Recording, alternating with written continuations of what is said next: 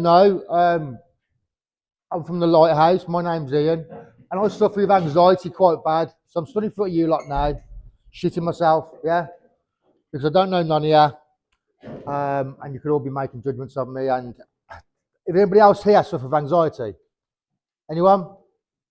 No, no one admits it. There you go. All right, lads, yeah. So it's very hard for us guys to admit stuff like anxiety and depression, isn't it? We don't do it, do we? Which is probably why we're losing 2 people every day to suicide within the construction industry. Actually, more than that, because as men we don't admit it. Because why is that? Do we know what stigma means? Yeah. What does stigma mean to you, bud? You don't want people to know if you've got anxiety or mental health issues because I think everyone starts judgmental and stuff like that. It's a word. You don't want to mix it in front of everyone else. It's judgment, in it. Yeah. So do we think we judge people like drug addicts? Yeah. What about people who've been in prison? Most of the time we do, don't we? We don't judge anyone. Huh? We don't judge anyone. We don't, do we? That's exactly what we never judge anyone, do we? Right, when I came out of prison in 2000, after being a drug addict for 7 years, the only place that would give me a job is the construction industry. So I've been a scaffolder for 25 years. But what I really wanted to be, because I've been in prison and I've had some talking therapy, I wanted to be a therapist, right? And there's not many chances of being a therapist when you've been in prison, all that sort of stuff. But I managed to get a job as a scaffolder. And what happened was, while I was trying to be a scaffolder and a therapist at the same time, I'd be working on sites with guys like you, and I'd have people coming up to me saying, "Do you do this counselling stuff?" And I'd say, "Yeah, I do." They'd go, "I've got a mate, right? I've got a mate who's going through this, and I've got a mate who's going through that." But do we think they had mates going through problems, or was it them? Why couldn't they admit that it was them? Embarrassed. What have we got to be embarrassed about? Like, you're right, completely right, but what do you think it is we've got to be embarrassed about? Weak. We're men, aren't we? Yeah? Yeah? But in truth, pal, would you think somebody's weak if they did admit they had depression? Yeah? Yeah? So really, in this day and age now, we should be able to admit we've got problems with depression and anxiety, shouldn't we? So let's do it again. Who's got anxiety? Come on, boys. Thank you. Come on, gents. Yeah? What about depression? Who's ever had any depression? Thank you very much. Because that's brave, right? It's brave to admit that. Because we don't, do we? And what happens is we don't admit we've got anxiety, we don't admit we've got depression, and when we don't look after it, do you know what we do? Exactly that. We take our own lives. Who here has been affected by suicide? Yeah. I'm very sorry about that firstly, but do you think in maybe your situation, if they'd have had somebody to talk to, do you think that might have been stopped? I think so. Yeah. The guy that did it was really bubbly. You would have thought the last person on the planet to like do that would be him. Why is that, do you think? Fucking mad, isn't it? It's because we put these masks up, don't we? We're all big tough guys and we can't talk about this stuff. Right, so as it stands, right, there's something like 18 people take their own lives every day. That's kill themselves, yeah? That's 14 men, 3 women, and 1 child of school age. Who's got kids? So does that not fucking scare you, boys? The fact that 1 child takes their life every day through suicide because they cannot talk to people. Who's that scare? Fucking frightens me. Yeah? So how do we tackle this? What do we do? How do we get past people feeling they've got to take their own lives? Talk about it, don't we? Yeah? Who thinks suicide's selfish? Who thinks suicide's brave? A brave person to take their own life. It does, doesn't it? Years ago, selfish. Yeah, And now I don't.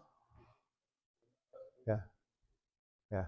And so you've experienced it. Sometimes you've got nowhere else to go. No. You feel like you've got nowhere else to go. Imagine being in that dark place. Yeah, you've got nowhere else to go.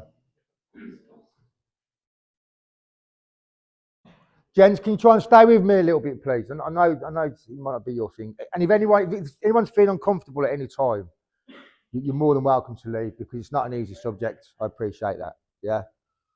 So I've put some cards out, guys, right, about the help that the Lighthouse give. And what we do is we help you with financial well-being, mental well-being, emotional well-being. If your kids are having problems, phone us and we will help you out. Yeah. I'm not just here to tick a box, gents. We want to help you. We are here to help you. Your management will call us in because they want us to get the message over to you. Yeah. Now, what happened with me is, after being a scaffolder for 23 years, I came into doing this. I started talking about stuff that happened for me because what happened to me was I lost a child when I was about 19. And what happened was, on the day that I buried my son, I went back to work because I'm a man and I didn't need to talk to anyone. But what happened is it come up and it got me by the throat and it made sure I didn't get away with it.